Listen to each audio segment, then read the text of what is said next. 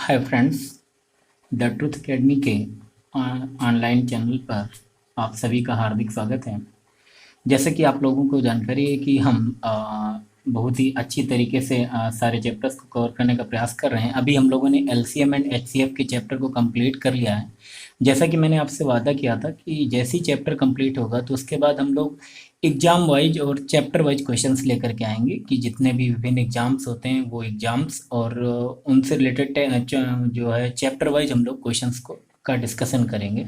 ठीक है, बस उसी कड़ी में हम लोग आज आगे बढ़ेंगे। तो आज हम सबसे पहले जितने भी टीचिंग एग्जाम्स हैं, जैसे कि सी टेट है या कोई भी यूपी टीईटी का एग्ज़ाम है, जनरली हम अगर स्पेशली बात करें तो C TET and UP TET में जितने भी एलसीएम एंड एचसीएफ से रिलेटेड क्वेश्चंस पूछे गए होंगे, आज हम उनका डिस्कशन करेंगे। ठीक है, मैं इस तरह से मेहनत कर रहा हूँ ये वीडियो बनाने के लिए ताकि कोई भी बच्चा जो भी सी टेट या यूपी टीईटी की तैयारी कर रहा है या किसी भी टेट की एग्ज़ाम की तैयारी कर रहा है, तो कुछ बच्चे देखना दो बातें होती हैं। कुछ बच्चे ऐसे होते हैं जो मैथ में काफ़ी वीक होते हैं, ठीक है, जिनको कि सब कुछ अच्छे से पढ़ने की ज़रूरत होती है।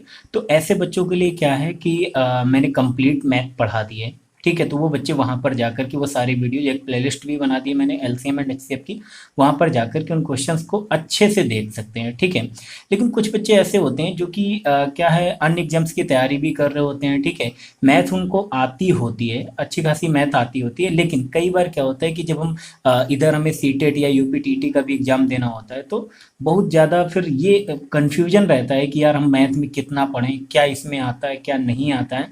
तो वो सारी चीज़ें, सारे डाउट में चैप्टर वाइज ऐसे ही क्लियर कर दूंगा कि ऐसे बच्चों को बहुत ज़्यादा बेनिफिट होने वाला है जो मैथ से घबराते हैं और अपना ज़्यादा टाइम वेस्ट नहीं करना चाहते हैं। उनके लिए ये वीडियो बेस्ट साबित होने वाला है, क्योंकि मैं सबको, जितने भी एग्जाम से मिलते हैं, मुझे एच सी एफ से क्वेश्चन पूछे गए हैं, वो मैं आपको बताऊंगा भी किस एग्जाम में पूछे गए सारी चीज़ें, और उनको मैं डिस्कस करता चला जाऊंगा। तो आपका टाइम नहीं वेस्ट होगा केवल इस वीडियो को देखने के बाद। फिर एलसीएम एचसीएफ आप कभी देखेंगे ही नहीं कि नहीं मुझे ज़रूरत भी पड़ेगी किसी भी टीचिंग एग्जाम के लिए। सो प्लीज़ बेसिक्स आने चाहिए। अगर बेसिक्स नहीं आते हैं तो मेरी प्लेलिस्ट में जाकर के आप सारी वीडियो देख सकते हैं एक तरफ से अच्छे से। और जैसा कि आज आप लोगों को दिख रहा होगा कि मैंने कुछ टेक्निकल चेंजेस किए हुए हैं अपने वीडियो में थोड़ा सा। तो ऐसे ही मैं जैसे जैसे माइंड वर्क करता रहेगा, मैं कुछ ना कुछ ऐसे ही चेंज करके आपके सामने कुछ ना कुछ बेहतर करने का प्रयास जरूर करूँगा। और हाँ, एक चीज़ और, जैसे कि जो क्वेश्चन से अभी तक मैं बोल रहा हूँ, बोलूँगा अभी भी।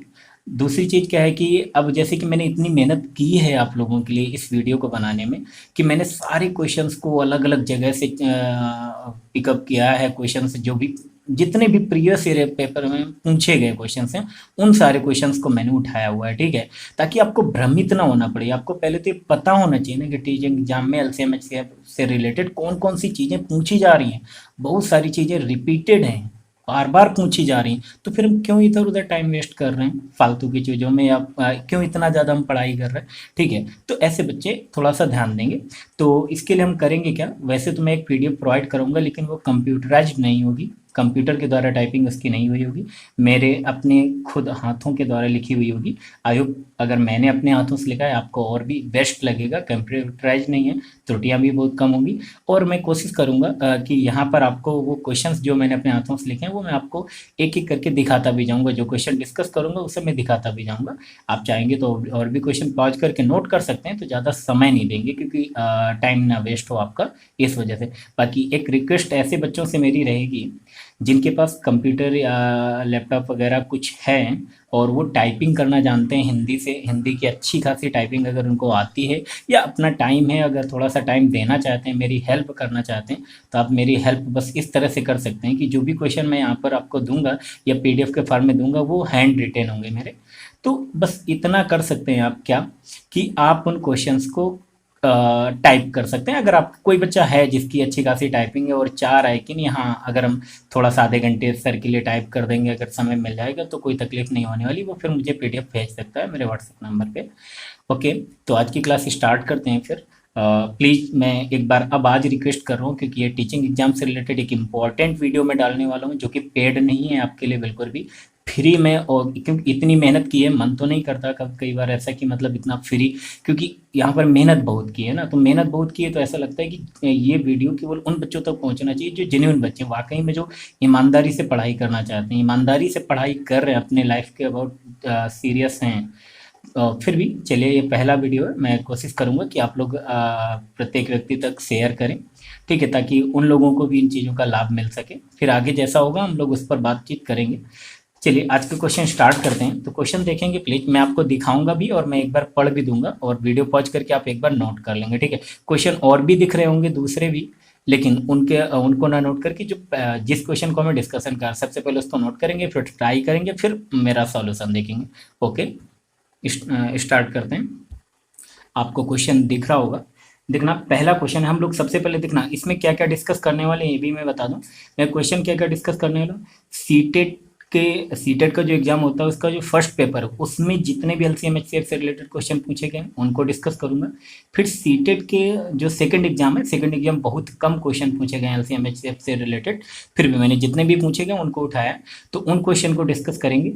फिर हम लोग जो है यूपीटीईटी के प्रथम पेपर में जो फर्स्ट पेपर होता है उसमें जितने भी एलसीएम एचसीएफ से रिलेटेड क्वेश्चन पूछे गए हैं हम लोग उनको डिस्कस करेंगे। और फिर चौथे पार्ट में हम लोग क्या करेंगे, जितने भी यूपीटीईटी के सेकंड पेपर जो सेकंड एग्जाम होता है उसमें जितने भी एलसीएम एचसीएफ से रिलेटेड क्वेश्चन पूछे गए हैं उनको डिस्कस करेंगे। तो पहले देखेंगे सीटेट फर्स्ट पेपर में जो क्वेश्चन डिस्कस किए गए।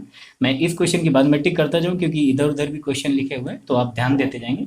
ये मैं पहला क्वेश्चन डिस्कस करने वाला हूँ, मैं पढ़े दे रहा हूँ, आप पॉज करके उसको नोट भी कर लें। क्या दिख तो रहा ही होगा, देखेंगे 200 और 400 के बीच में 30, 45 तथा 60 का सबसे छोटा सार्वगुणज कह रहा है, मल्टीपल, और डिवाइड का सिंबल लगा हुआ है। फिर क्या 15 यानी 15 का 24 तथा 45 का सबसे बड़ा सार्वगुणनखंड, यहाँ पर ध्यान देना क्या कह रहे हैं, गुणनखंड बराबर हैं। तो आपको बताना है कि इनमें कौन सा सही होगा। देखना मैंने ऑप्शन ऐसे ही लिख दिए, ये 90, 120, 180, 60, इनमें से कौन सा ऑप्शन सही होगा। एग्जाम में पूछा गया था, किस एग्जाम पूछा गया, सीटेट के पेपर फर्स्ट में 2016 में पूछा गया था, ठीक है। तो आइए देखते हैं इस क्वेश्चन को, आइए इसके सॉल्यूशन को देखते हैं। क्वेश्चन कह रहा है कि 200 और 400 के बीच में, तो पहली बात आपको ध्यान देनी क्या कि यहाँ पर क्या कह रहा है, 200 एंड कह रहा है क्या 400 के बीच में, ठीक है। तो हमारा आंसर जो होने वाला है क्या, 200 और 400 के बीच में ऐसा नंबर, देखना शब्दों पर ध्यान देना। क्वेश्चन क्या कह रहा था, नोट कर लिया होगा जब अच्छे से आपने, 200 और 400 के बीच में 30, 45 तथा 60 का सबसे छोटा सार्वगुणज, 30, 45, 30, 45 तथा 60 का सबसे छोटा सार्वगुणज की बात कर रहा है। गुणज मतलब मल्टीपल की बात कर रहा है, और ये सब मैंने पहली क्लास में सिखाया अगर आप आता हो, ठीक है। तो अब इसका देखना, आप एलसीएम लेंगे तो जैसे आप एलसीएम लेंगे तो एक एलसीएम लेने का तरीका, बाकी मैंने कई तरीके बताए, कुछ भी करें। मैं तो अब ये सब करना ही नहीं, आपको तुरंत दिमाग की बात आएगी क्या, 30, 45, 60 का एलसीएम कितना होने वाला है। अगर मैं इनके एलसीएम की बात करूँ तो 180, इनका एलसीएम क्या होगा, 180। अगर एलसीएम 180 होगा, लेकिन आपसे कह रहा है क्या कि हमें क्या चाहिए, 200 और 400 के बीच में, तो हम लोग क्या कर लेंगे, इसका मल्टीपल मान लेंगे, क्योंकि 180 तो 200 और 400 के बीच में नहीं, तो 180 का फिर मल्टीपल, वो भी हमारा क्या एलसीएम ही होगा, ठीक है। तो 180 का मल्टीपल, मल्टीपल तो यानी कि 18 दूना कितना, इसका मल्टीपल मानेंगे तो कितना आएगा, 360, यानी कि इसका एलसीएम क्या हो सकता है, 360। और 360 में खास बात क्या है कि ये 200 और 400 के क्या है बीच में, अगर ये 200 और 400 के बीच में है तो 360 हमारा क्या हो जाएगा, एलसीएम हो जाएगा। फिर आपसे कह रहा था क्या, अब फिर कह रहा था डिवाइड, डिवाइड का सिंबल लगा हुआ था, इस तरह से डिवाइड का सिंबल लगा हुआ था, ठीक। फिर आपसे कह रहा था क्या, ब्रैकेट में लिखा हुआ था 15, 24 तथा 45 का सबसे बड़ा सार्वगुणनखंड कह रहा है, यहाँ पर ध्यान देना। 15 क्या कह रहा था, 15, 24 और क्या 45, 15, 24 और 45 का सबसे बड़ा सार्वगुणनखंड, सार्वगुणनखंड मतलब एचसीएफ की बात कर रहा है, ठीक है, फैक्टर्स की बात कर रहा है। तो सबसे बड़ा फैक्टर इसका क्या होगा, जो वो क्या, जो इन तीनों को डिवाइड कर दे। ये मैं अब डिटेल से नहीं जाऊंगा इस वीडियो में, क्योंकि पढ़ा चुका हूँ बेसिक। तो इसका एचसीएफ कितना होने वाला, 3, तो यानी कि डिवाइड कितना, 3, बस यही बात लिखी थी, इसको सॉल्व करना था। 3 एकम 3, 3 दूना 6, यानी कि 120 आपका क्या हो जाएगा आंसर। आई होप बात क्लियर होगी। तो 4 ऑप्शन आपको दिए गए थे, 90, 120, 180, 60, तो आंसर क्या होने वाला है, 120। क्लियर है ना। सीटेट के प्रथम पेपर में पूछा गया है 2016 में, ठीक। आगे देखेंगे नेक्स्ट क्वेश्चन प्लीज। देखना सेकंड क्वेश्चन क्या कह रहा है आपसे। सेकंड क्वेश्चन कह रहा है कि 36, 54 और 60 का सबसे छोटा सार गुणज, सबसे छोटा सार गुणज, और भाग का सिंबल लगा है डिवाइड का, फिर कह रहे 90 डिवाइड क्या 90 बराबर है, किसके बराबर है, इस तरह क्वेश्चन पूछा गया था आपका सीटेट में, सीटेट के पेपर पर 2016 में पूछा गया था। क्या कह रहा है 36 54 60 का सबसे छोटा सार गुणज डिवाइड बाई 90। क्वेश्चन नोट कर लिया होगा, पॉज करके नोट कर देना, टाइम वेस्ट नहीं करना, ठीक है। तो देखेंगे आपसे कह रहे हैं कि 36 54 और 60 का सबसे छोटा सार गुणज, 36 54 और 60 का सबसे छोटा सार गुणज मतलब क्या, एलसीएम की बात करें तो आप डायरेक्टली देख करके एलसीएम बता दें, या तो फिर आप एलसीएम क्या कर लें, फाइंड आउट कर लें। तो एलसीएम जैसे फाइंड आउट करेंगे तो आपको होता है किससे डिवाइड हो जाएगा, पहले बात तो ये हो जाएगा 6 से ही डिवाइड हो रहा है तो 6 से डिवाइड कर दें, तो 6 से, तो 6 से किया 36, 6 9 जा 54, 6 10 जा क्या 60। इसके बाद और अगर कोई नंबर है तो उससे डिवाइड कर दें, क्या 3 से डिवाइड हो जाएगा कंप्लीट, तो 3 2 जा 6, 3 3 जा 9, और ये यहाँ पर क्या आ जाएगा 10। एक नंबर और अगर हम देख लें तो क्या 5 से डिवाइड हो जाएगा, या आप कर देते कि 2 से डिवाइड कर देते, कोई दिक्कत वाली बात नहीं थी। जैसे कि अगर मैंने मान लिया कि यहाँ पर 2 से डिवाइड कर, 2 1 जा 2, यहाँ पर 3, और ये क्या आ जाता है 5। तो एलसीएम क्या आने वाला है आपको पता है कि 6 multiply by 3 multiply by 2 multiply by 3 multiply by क्या 5, ये क्या है सबसे छोटा गुणज हो जाएगा, यही तो हमारा एलसीएम होता है, ठीक। तो जब इसको सॉल्व करेंगे तो कितना आ जाएगा, इसको सॉल्व करेंगे तो ये हो जाएगा आपका कितना, 36 का 18, 18 का 54, यानी 54 और 5 2 जा 10, यानी कि कितना हो जाएगा 540। 540 तो वो सबसे छोटा सार गुणज आ गया, और क्या कर रहा था डिवाइड बाई कितना बेटा 90, 0 से 0 कैंसिल, 9 से डिवाइड करेंगे कितना आ जाएगा 6, तो यही हमारा क्या हो जाएगा आंसर, यही क्वेश्चन पूछा जा रहा था। नेक्स्ट क्वेश्चन देखेंगे प्लीज। देखना कोई बहुत ज़्यादा टफ क्वेश्चन नहीं पूछे आते हैं, बहुत आसान आसान से क्वेश्चन पूछे आते हैं। देखेंगे नेक्स्ट क्वेश्चन में, इस क्वेश्चन की बात करूँ इसे नोट कर लेंगे। 30 36 और 42 के सबसे छोटे सार्वगुणज तथा सबसे बड़े सार्वगुणनखंड का गुणनफल है, ये 4 ऑप्शन दिए गए हैं आपके सीटेट पेपर फर्स्ट में पूछा गया 2015 में। आई होप नोट कर लिया होगा आप। तो देखेंगे प्लीज वीडियो को पॉज करके नोट जरूर कर लिया करें, ठीक है, इस बात के लिए ना कि टाइम दें, अब यहाँ पर टाइम नहीं वेस्ट करना, ठीक। अब देखना क्वेश्चन क्या कह रहा है, 30 36 और 42 के सबसे छोटे सार गुणज, यानी कि 30 36 और 42 का आपको क्या बताना है, पहली बात तो सबसे छोटा सार गुणज, तो सार गुणज कैसे निकालते हैं आपको पता है, एलसीएम, सार गुणज का मतलब क्या है, एलसीएम यहाँ पर बात कर रहा है, तो ये डिवाइड करें, 6 से डिवाइड हो जाएगा 5 टाइम्स, 6 टाइम्स और 7 टाइम्स, फिर आगे जब आप इसको सॉल्व करेंगे तो ये कितना हो जाएगा, अब इनको मल्टीप्लाई कर दें तो ये कितना हो जाएगा 56 33 और 6 7 42, यानी कि 42 मल्टीप्लाई बाई 30, तो सबसे छोटा सार गुणज क्या आ जाएगा, ये आ जाएगा। फिर कह रहा है सबसे बड़े सार गुणनखंड, अब इसका सबसे बड़ा सार गुणनखंड की बात कर रहे हैं, तो सार गुणनखंड क्या होगा, जो इनको कंप्लीटली डिवाइड कर दे यानी कि 6, तो क्या हो जाएगा इनका मल्टीपल कह रहा है, ये सार गुणज और गुणनखंड क्या 6, इनका मल्टीपल सॉल्व कर लो तो कितना आ जाएगा 36 का 18 180 मल्टीप्लाई बाई कितना हो जाएगा 42, ये इसको जब मल्टीप्लाई करेंगे तो यहाँ पर क्या आएगा 0, 18 दूना 36, यहाँ पर 6 हो जाएगा 3, और 18 चौक 72 और 72 3 क्या 75, यानी कि इसका आंसर क्या आने वाला है 7560। अब देखना बहुत डिटेल से नहीं कोशिश कर रहा हूँ, क्योंकि अगर आपको बेसिक क्लियर, अगर बेसिक आता है तो कोई तकलीफ वाली बात नहीं, ठीक है, लेकिन जिन बच्चों को बेसिक नहीं आता है वो मेरे वीडियो देख लेंगे जाकर के तुरंत। क्या मैं कह रहा हूँ 30 36 और 42 का सबसे पहले क्या एलसीएम और मल्टीपल किसका बताना था, उसके एचसीएफ का। अब हिंदी में लिखा है, कंफ्यूज नहीं होना है, ठीक है, एलसीएम और एचसीएफ। पहली बात वो क्या कह रहा है कि सबसे छोटे सार गुणज मतलब एलसीएम तथा सबसे बड़े सार गुणनखंड का गुणनफल है, तो इन सबसे बड़े सार गुणनखंड मतलब एचसीएफ की बात कर रहे हैं। एचसीएफ क्या होता है, जो इनको कंप्लीटली डिवाइड करते हैं यानी कि 6 हो जाएगा। एलसीएम कितना आया ये हमने निकाला, कैसे निकालते थे खूब अच्छे समझाया जा चुका है, ठीक है, तो ये कितना आ जाएगा 7560। नेक्स्ट क्वेश्चन देखेंगे प्लीज, नोट कर लेंगे क्वेश्चन क्या कह रहे हैं, 21 और 49 के बीच 7 के गुणजों का योगफल ब्रैकेट में, और फिर डिवाइड करके, डिवाइड किससे करना है 25 और 30 का सबसे बड़ा सार्वगुणनखंड बराबर है। ऐसे ही सेम सेम क्वेश्चन पूछे गए एग्जाम में, ठीक है, वही मैं लिख रहा हूँ, ये सीटेट प्रथम पेपर जो है आपका 2015 में पूछा गया, ठीक। तो आई होप नोट कर लिया होगा, ट्राई भी कर लिया होगा आपने।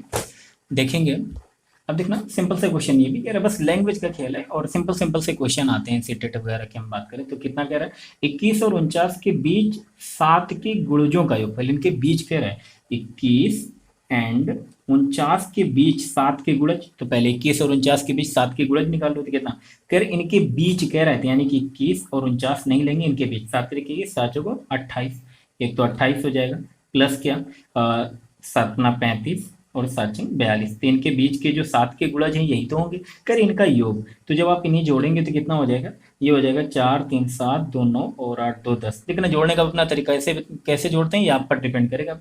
मैंने क्या किया, सिंपल से देखना, 4 3 7 2 9 और 8 2 10 और 100 हो गया, और ये 5 ही 105। ये कोई बड़ी बात नहीं कि मतलब इसमें नहीं परेशान होना है कि अरे सर जी ये क्या कर दिया। आप सिंपल से भी जोड़ते हैं क्या, 5 2 7 8 7 15 5 हाथ से लाए, 4 3 7 2 9 1 10, तो कोई तकलीफ वाली बात नहीं, जैसी आपकी हैबिट हो, ठीक है।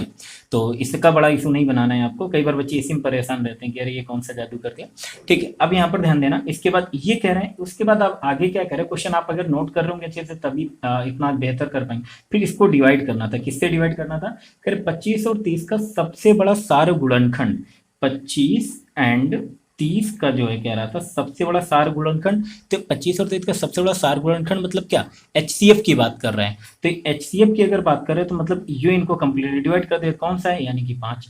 तो इसको किससे डिवाइड करना है, 5 से डिवाइड करें, 5 दूनी 10, 5 एकम 5, यानी कि आंसर क्या हो जाएगा 21। ये आपका आंसर है। नेक्स्ट क्वेश्चन देखेंगे प्लीज। क्वेश्चन आपके सामने नोट करें प्लीज। 4 5 और 6 का सबसे छोटा सार्वगुणज एक ब्रैकेट में, और 5 6 और 9 का सबसे छोटा सार्वगुणज का अंतर है, इनका अंतर बताना। ये भी सेटेट के प्रथम पेपर में 2014 में क्वेश्चन पूछा गया। तो देखेंगे ये क्वेश्चन क्या करे, 4 5 और 6 का सबसे छोटा सार्वगुणज की बात कर रहा है। तो देखना 4 5 और 6 का सबसे छोटा सार्वगुणज, ठीक है, मल्टीपल की बात कर रहे हैं, ठीक। तो सबसे छोटा सार्वगुणज यानी कि इनके एलसीएम की बात कर रहे हैं। तो कौन सा ऐसा नंबर है जो इन सभी से क्या हो जाएगा, डिवाइड। तो आपको बताया कि भाई 4 5 और 6 से जो डिवाइड हो जाता है क्या, इनका एलसीएम कितना हो जाएगा 30। फिर आपसे कह रहे हैं क्या, और 5 6 और 9 का सबसे छोटा सार्वगुणज, इनका भी कह रहा है क्या, सबसे छोटा सार्वगुणज 5 6 और 9 का। तो ध्यान देना 5 6 एंड क्या 9 का। तो इसको सॉल्व, तो इनका क्या आ जाएगा 5 6 और 9 का। तो तुरंत गेस करेंगे, कई तरीके गेस कर लो, सॉल्व कर लो, ये अब आप पर डिपेंड करेगा, ठीक है। तो कितना 5 6 और 9, तो कौन सा ऐसा छोटा नंबर है जो कि इन सभी से डिवाइड हो जाएगा, तो वो हो जाएगा आपका कितना 5 6 और 9, तो इसका मतलब क्या हो जाएगा 90। 90 जो होगा 5 6 और 9 से सभी से डिविजिबल हो जाएगा, ठीक। तो फिर आपसे कह रहा था इनका आप हमें क्या बता दें, अंतर बता दें, ठीक, इनका अंतर बताना है। तो ये कितना, 1 मिनट, अच्छा 1 मिनट। 4 5 और 6 का अगर आप जो है, ये 4 से कहाँ डिविजिबल है भाई, अगर 4 से डिविजिबल नहीं है तो ये तो नहीं हो सकता ना, ठीक। तो यहाँ पर कितना आने वाला है 60, यानी कि 4 5 और 6 का एलसीएम कितना होने वाला है 60। तो इनका कह रहा है डिफरेंस बता दो, यानी 90 माइनस क्या पूछ रहा है वो 60।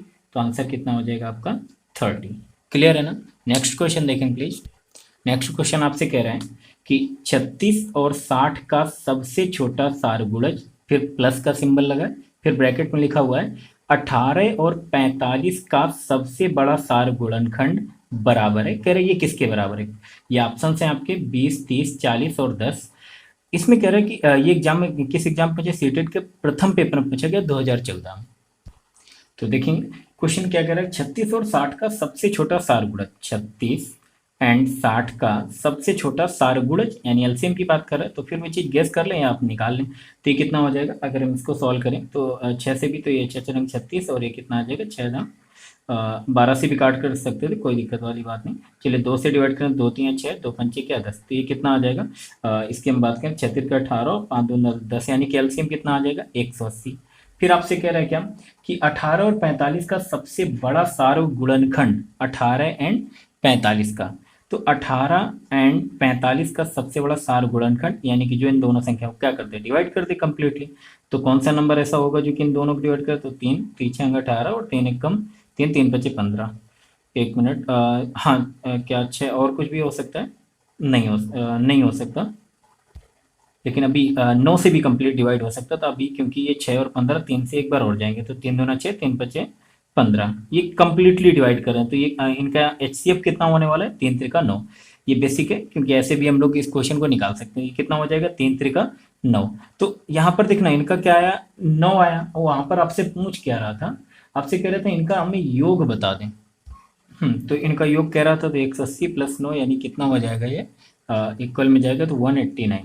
मेरे ख्याल से ऑप्शन में तो ये है नहीं 189, इसका मतलब है कि जो क्वेश्चन आपने ध्यान दिया था एक बार समझिएगा। यहाँ पर क्वेश्चन क्या था, क्वेश्चन में फिर यहाँ पर प्लस ना होकर के क्या होना चाहिए, डिवाइड होना चाहिए, तभी हमारा आंसर जो है इन ऑप्शन से, क्योंकि एग्जाम में पूछा गया, मैंने एक एक चीज एग्जाम से उठाई कि जो एग्जाम में पूछा गया मैंने वही उठाया हुआ है। क्या 20, 30, 40 और 10 की बात कर रहा था ना, तो अगर 20, 30, 40, 10 की बात करें तो यानी कि इनमें ऑप्शन में कोई से यहाँ पर क्या होना चाहिए, डिवाइड। तो इसका मतलब है कि अगर हम यहाँ पर ध्यान देना 180 को अगर हम डिवाइड करें किससे, 9 से, तो हमारा आंसर करेक्ट हो सकता है कितना, 20। तो प्लीज वहां पर करेक्ट कर लेंगे कि वहां पर क्या होना चाहिए, आपका वहां पर आंसर होना चाहिए कितना, 20। क्यों, जब वहां पर डिवाइड होगा तभी ऐसा हो पाएगा, तो उसको करेक्ट कर लेंगे उस क्वेश्चन को। प्लीज नेक्स्ट क्वेश्चन देखेंगे प्लीज।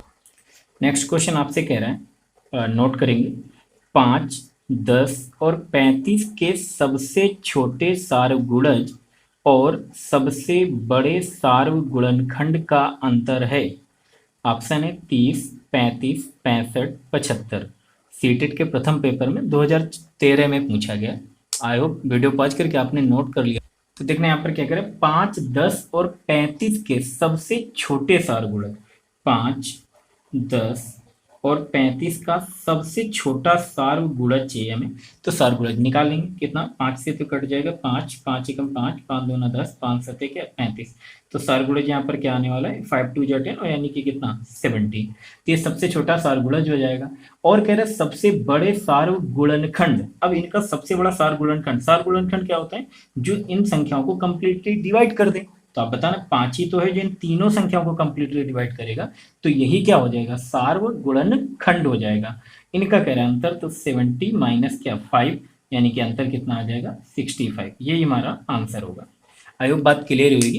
प्लीज अच्छे से, अगर जिनको बेसिक अगर थोड़ा सा क्लियर नहीं है, हालांकि मैं कोशिश कर रहा हूँ बताने का, तो वो अपना मेरे LCM एंड HCF की प्लेलिस्ट में जाएंगे और उसे ट्राई करेंगे, वहां पर अच्छे से पहले इसको देखेंगे फिर यहाँ पर ट्राई करेंगे। ओके, नेक्स्ट क्वेश्चन देखेंगे प्लीज।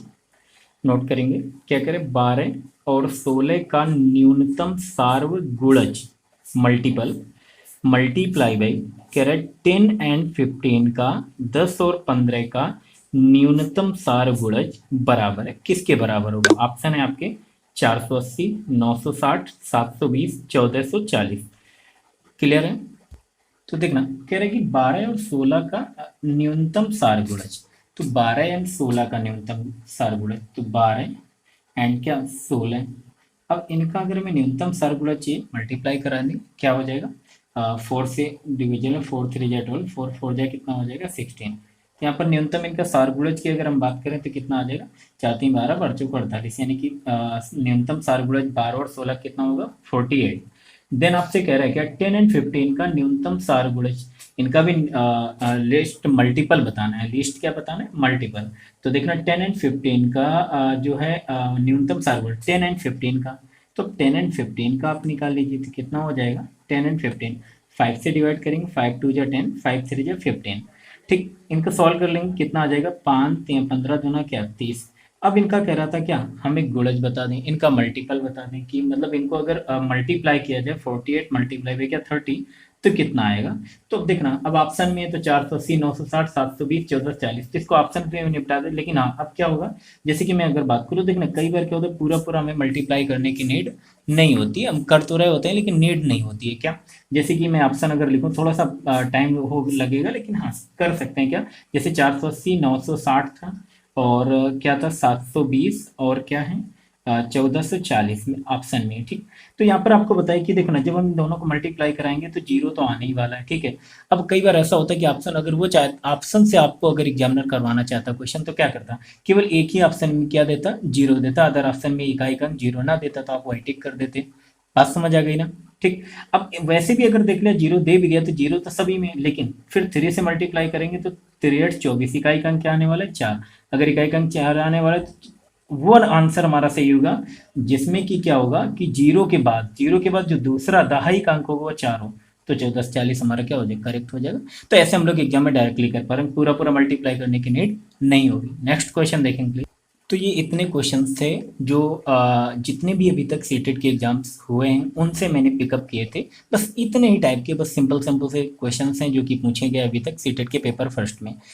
पेपर सेकंड में बहुत ही कम क्वेश्चन पूछे गए। मुझे अगर सारे पेपर से मैंने जब क्वेश्चन कलेक्ट किया तो केवल मुझे 2 क्वेश्चन ऐसे मिले हैं जो एलसीएम एचसीएफ से पूछे गए थे पेपर सेकंड में, तो उनको भी देखेंगे प्लीज़। आपको क्वेश्चन दिख रहा होगा, ये इस क्वेश्चन की मैं बात कर रहा हूँ। यहाँ पर क्या लिखा है, x is equal to 2 to the power 3 and 3 to the power 2 and 5 to the power 3 and 7 to the power 3।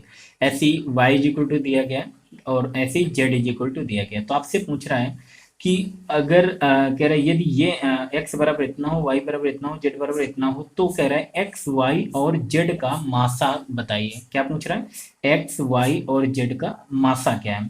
तो अब इनका मासा निकालना है। ये 4 ऑप्शन आपके दिए गए, तो आपने क्वेश्चन नोट कर लिया होगा, ट्राई भी किया होगा। सीटेट पेपर सेकंड 2020 में पूछा गया है क्वेश्चन, तो देखेंगे प्लीज। देखना क्वेश्चन क्या है, मैं लिखे भी दे रहा हूँ यहाँ पर ताकि मैं और आपको बेहतर समझा सकूँ। X is equal to given क्या है, 2 to the power 3, then given है 3 टू द पावर क्या 2 and 5 to the power 3 and 7 to the power क्या 3। इसी तरह y is equal to given है क्या, and multiply by 5 to the power 4 and 7 to the power क्या 3। Then आपको given है z is equal to 2 to the power 4 multiply by 3 to the power 4 and multiply by 5 to the power 2 and multiply by क्या 7 to the power 5। I hope आप मैंने correct लिखा होगा। आपने question तो नोट कर लिया होगा, मैंने अभी दिखाया था ध्यान से। अब यहाँ पर समझिएगा इस क्वेश्चन को अच्छे से, क्या कह रहा है आपसे।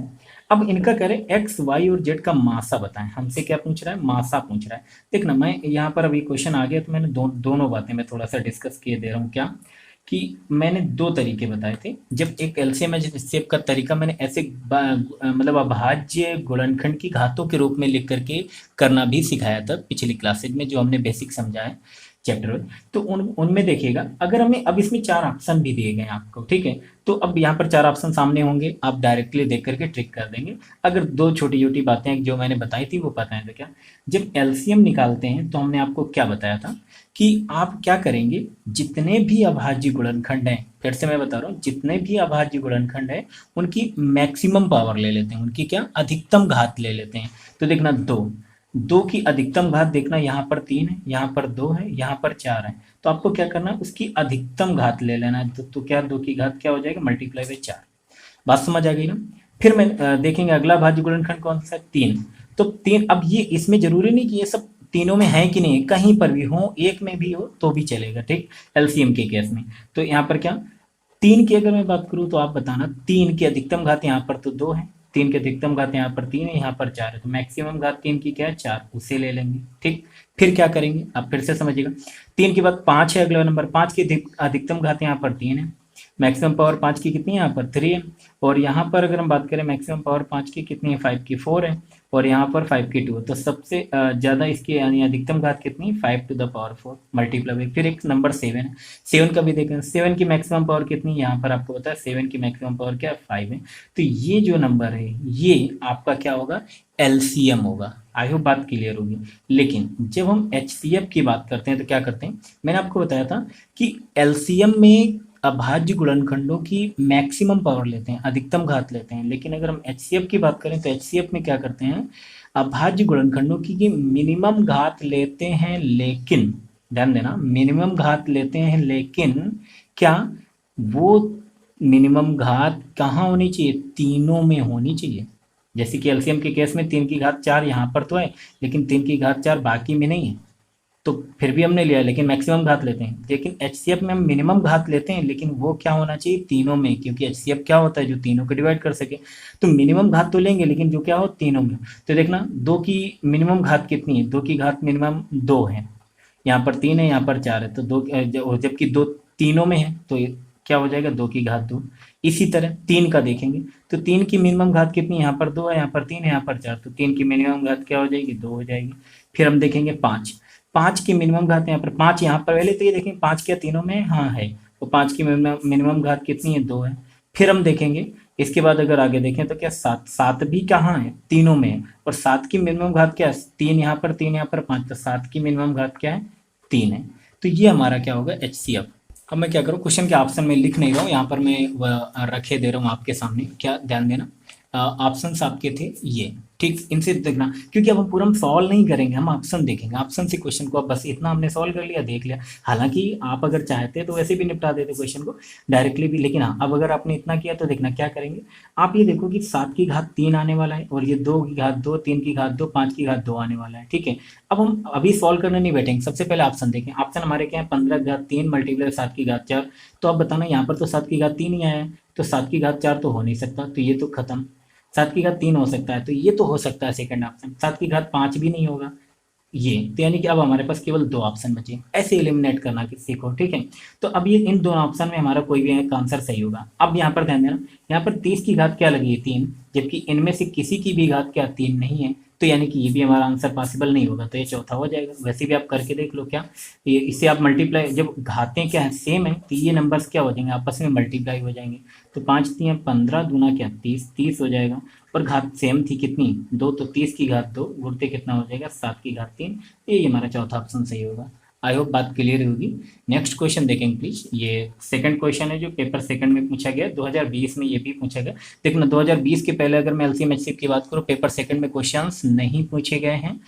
2020 में केवल ये 2 क्वेश्चन मुझे मिले जो कि मैंने उठाए हैं। ठीक है, सेकंड क्वेश्चन क्या है, यदि कह रहे इतना बराबर इतने के हो, ठीक है, यानी कि 5 2 2 7 2 इज इक्वल टू कितना, p to the power 2 and multiply with q to the power 3 and multiply with r to the power 4। Then कह रहे हैं जहां वेयर p q और r अभाज्य संख्या है। p q और r क्या है, अभाज्य संख्या, डिस्कस किया है मैंने, प्राइम नंबर से। तो कह रहे हैं 2p plus Q minus r का मान कितना, ये ऑप्शन है 22 23 और 29 और क्या 21। अब देखना क्वेश्चन आपका क्या कह रहा है, समझेंगे जीरो। अच्छा क्वेश्चन पूछा गया था, 5 2 2 7 2 इज इक्वल टू कितना है, p to the power 2 multiply by क्या, q to the power 3 multiply by r to the power 4।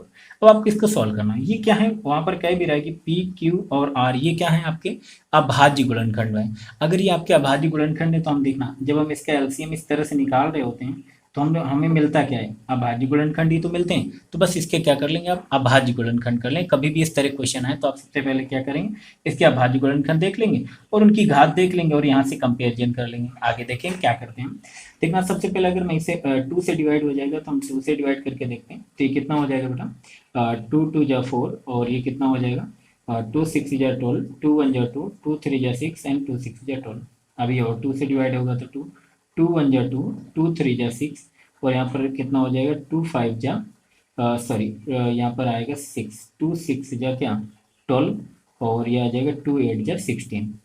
फिर देखना 2, तो ये कितना आ जाएगा, 2 6 जा 12 और ये क्या आ जाएगा 2 8 जा 16 एंड 2 4 जा क्या 8। फिर 2 से डिवाइड करेंगे तो ये कितना आ जाएगा, 2 3 जा 6, 2 4 जा 8 एंड 2 2 जा क्या 4। फिर अभी 2 से डिवाइड होगा तो 2 से डिवाइड करेंगे तो ये हो जाएगा 2 1 जा 2, 2 7 जा 14 एंड ये कितना हो जाएगा 2 1 जा 2। फिर अब देखेंगे ये किससे डिविजिबल है, 1 7 1। तो देखना अब 2 से डिविजिबल नहीं, अगर 2 से डिविजिबल नहीं तो 2 के किसी मल्टीपल से भी डिविजिबल नहीं होगी। ठीक है, ये बात तो क्लियर है ना। इसका मतलब फिर अभाज्य संख्याओं से देख लें, क्या 3 से डिविजिबल होगी। देखा हमने 7 1 8 1 9, हमने क्या बताया था 3 की डिविजिबिलिटी के लिए, कि किसी भी संख्या को अगर हमें ये चेक करना है कि वो 3 से उसमें भाग जाएगा कि नहीं, तो क्या करो उसके अंकों को आप योग कर लो। तो 7 1 8 और 1 क्या 9, अंकों का योग कितना है 9, ये 3 से डिविजिबल, इसका मतलब ये संख्या भी 3 से डिविजिबल होगी। तो 3 से डिवाइड करेंगे, यहाँ पर कितना आ जाए 3 5 15 और 3 7 21। क्या अभी 57 3 से डिविजिबल, 7 5 12 हमने देखा 3 से डिविजिबल है तो 3 हो जाएगा, 3 एकदम 3 3 9 27। अब हमने देखा क्या 19, तो अब 19 19 से डिविजिबल है यानी 1। तो अब यहाँ पर देखना हमें 3 तरह के अभाज्य गुणनखंड मिले, एक तो मिला 2 और एक मिला क्या 3 और एक मिला क्या 19। ये सब क्या है, अभाज्य संख्याएं। ये बात समझ आ रही है आपको, पता ही होगा कि 2 3 और 19 ये क्या है, अभाज्य संख्याएं। तो अब यहाँ पर ध्यान देना कि 2 की कितनी घात है, 1 2 3 4 5, तो 2 की घात क्या है 5। 3 की कितनी घात है 2, 19 की कितनी घात है 1। अगर हम इससे कंपेयर करें, p की घात 2, q की घात 3, r की घात 4, इससे अगर हम कंपेयर करें तो यहाँ पे हमें पता चल जाएगा कि p कितना है, सॉरी एक मिनट, यहाँ पर p कितना है। देखना अब यहाँ पर बच्चे गलती क्या करेंगे, इस बात को ध्यान देना। जैसे कि मैं भी पहले करने जा रहा था, एकदम दिमाग में आता है कि क्या, कि यहाँ पर p की घात 2 है, तो हम ये देखेंगे यहाँ पर p की घात 2, क्योंकि आदत होती है ना कि अब p की घात 2 तो हम p की वैल्यू 2 लिख देते सीधे या 5 लिख देते, ये गलत हो जाता है। समझ गए ना कैसे, पी की घात दो, यानी ऐसा नंबर जिसकी घात दो हो तो 3 है, जिसकी घात 2 है तो पी कितना हो जाएगा, 3 हो जाएगा। इसी तरह क्यू की घात क्या, 3। अब यहाँ पर एक चीज़ ध्यान देना, क्या कि मेरे ख्याल से ये क्वेश्चन गलत है। क्यों? क्योंकि अब आप देख रहे हैं कि हम इससे कंपेरिजन नहीं कर पा रहे। कंपेरिजन वैसे हम कर लेते घातों को चेंज चेंज करके, लेकिन उसने स्पष्ट रूप से कह रखा है कि पी, क्यू और आर क्या है, अभाज्य संख्याएं। अगर ये अभाज्य संख्याएं हैं तो अगर हमने 2 की घात को कम इधर उधर मल्टीप्लाई भी किया कुछ भी, तो फिर अदर संख्या फिर अभाज्य नहीं रहेंगी। तो अभी फिलहाल क्वेश्चन मैंने इसके पहले अब केवल नोट कर लिए हैं। देखूंगा, मैं ट्राई करूंगा। फिर भी मेरा मानना है कि ये क्वेश्चन गलत है। ऐसा अगर आया है तो क्वेश्चन एक गलत है, या तो फिर मैंने नोट गलत किया है, ये भी मैं क्रॉस चेक करूंगा फिलहाल। ठीक है, देखेंगे ये एक्चुअली होना क्या चाहिए। अगर मैं इन ऑप्शन, क्योंकि ऑप्शन भी हमारे ऐसे हैं 22, 23, 29, 21। ऑप्शन क्या है, 22, 23, 29 और 21, ये हमारे ऑप्शन है। इनमें हमारा कोई आंसर सही होना चाहिए। तो हम इसको ये देख सकते हैं कि अगर उसने ये पूछा होता क्या कि आप हमें बता दें पी की घात 2 मल्टीप्लाई बाई क्यू की घात 1 और मल्टीप्लाई बाई क्या, आर की घात 5। अगर उसने ऐसा कुछ पूछा होता तो इनमें से कोई ना कोई ऑप्शन सही हो जाता, तो हम इसको सॉल्व करें। क्योंकि ये घात तो कम से कम इनसे मैच करनी चाहिए थी ना, वो मैच नहीं कर रही वहाँ पर, इसका मतलब है कि गलत है आंसर क्वेश्चन। ठीक है, अब पी की घात 2 यानी कि कितना, पी कितना हो जाएगा, 3 हो जाएगा, ये मैंने लिखे दिया था। और क्यू की घात 1 की अगर हम बात करें तो यानी कि कितना, क्यू कितना हो जाएगा, तो मैं यहाँ पर लिखे दे रहा हूँ, क्यू हो जाएगा आपका कितना, 19, एंड देन आर हो जाएगा आपका कितना, 2। तो जब इसे हम लोग सॉल्व करेंगे तो ये कितना हो जाएगा, इसको समझेंगे। ये हो जाएगा आपका कितना, पूछ क्या रहा था, 2p प्लस क्यू माइनस का आर, ये कितना होगा, तो 2p, 2 मल्टीप्लाई बाई क्या, 3 प्लस क्यू कितना, 19 माइनस 2 इज इक्वल टू कितना हो जाएगा, 3 2 जा 6, ये कितना 25, 25 में 2 जाए सब्ट्रैक्ट होगा तो आंसर कितना आ जाएगा, 23। 23 राइट आंसर होगा। अगर आपको कुछ और लगता है या कुछ आपको समझ आ रहा है तो प्लीज़ मुझे कमेंट करके बताएंगे। फिलहाल अभी मेरे माइंड में तो यही बात आ रही है कि क्वेश्चन तो ऐसा होना चाहिए, ये तो गलत है। ठीक है, अगर आपको कुछ लगता है कि नहीं क्वेश्चन कुछ और हो सकता है या कोई कुछ करेक्शन है तो आप मुझे बताएंगे ज़रूर। ये थे आपके सारे क्वेश्चंस जो कि सीटेट एग्जाम में पूछे गए थे। ये सीटेट, ये जो अभी ये क्वेश्चन गलत है थोड़ा, ये क्वेश्चन पूछा गया था सीटेट के अभी जो 2020 में एग्जाम हुआ था उसमें पूछा गया था ये क्वेश्चन।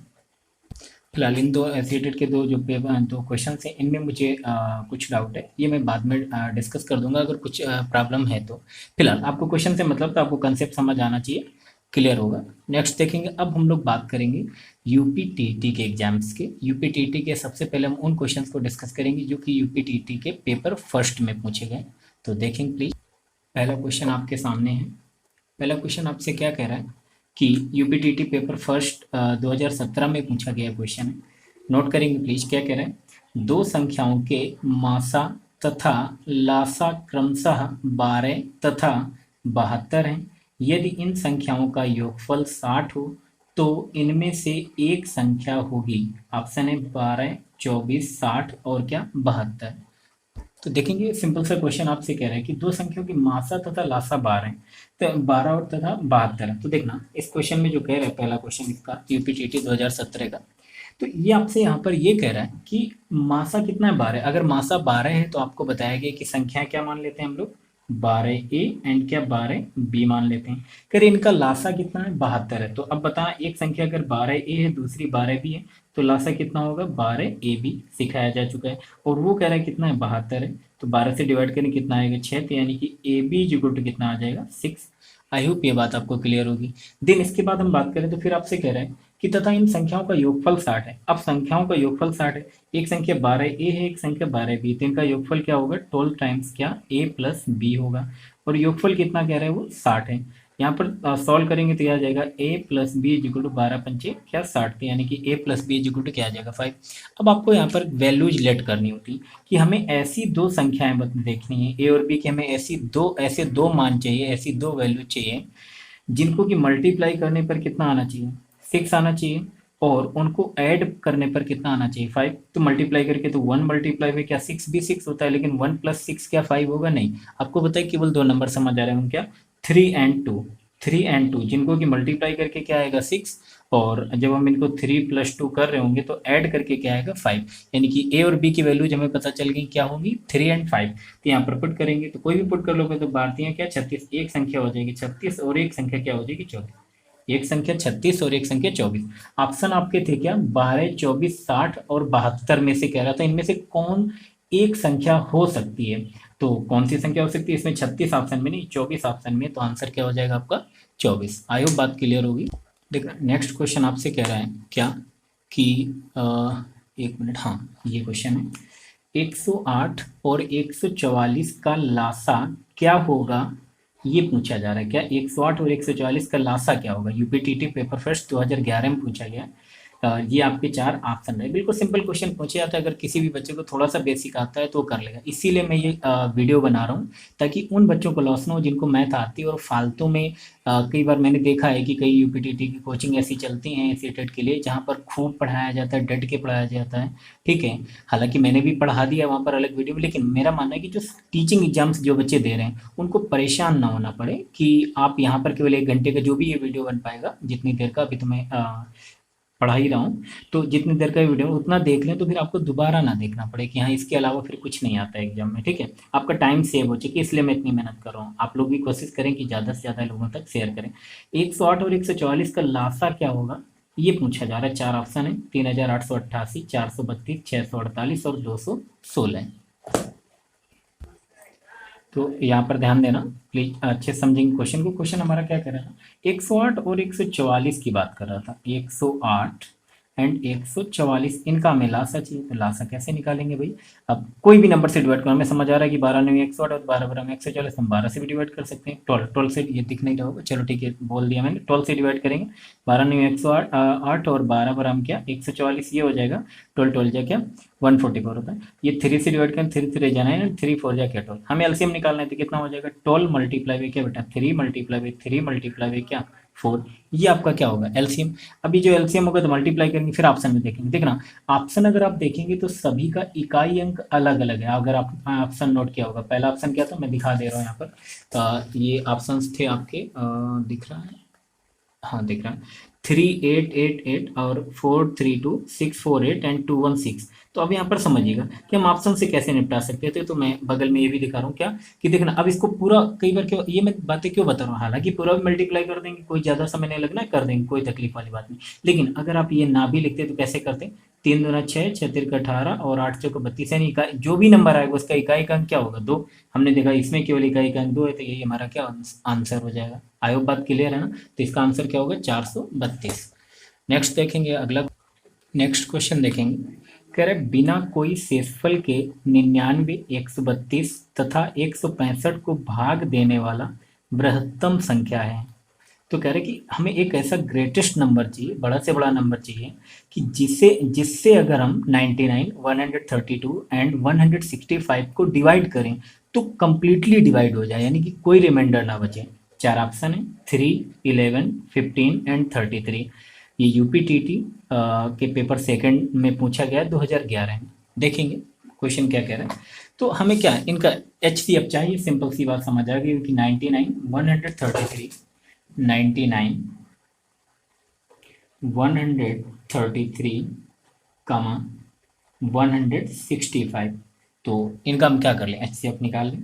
कैसे करेंगे, ऐसा नंबर ढूंढेंगे जो कि तीनों को डिवाइड कर दे। तो 9 9 18, 3 3 6, 3 3 6, एक मिनट यहाँ पर क्या 132 है, 132 है। ठीक है, तो ये भी 3 से, ये भी 3 से, सब 3 से डिवाइड हो जाएंगे। तो 3 3 3 जा 9, 3 3 जा 9, 3 4 जा 12 एंड 3 4 जा 12, 3 5 जा 15 एंड 3 5 जा क्या 15।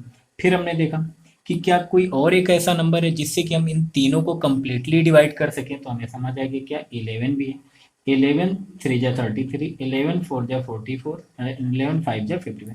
क्या और कोई नंबर है जो इन तीनों को कंप्लीटली डिवाइड कर देगा, नहीं है। तो क्या हमारा एचसीएफ क्या होगा 11 multiply by 3 is equal to कितना 33। यही हमारा क्या हो जाएगा एचसीएफ हो जाएगा। तो कह रहा था वह बड़ा से बड़ा संख्या, तो कितना हो जाएगा 33। 4 ऑप्शन थे 3, 11, 15 एंड 33। तो आंसर क्या 33। नेक्स्ट क्वेश्चन देखें प्लीज।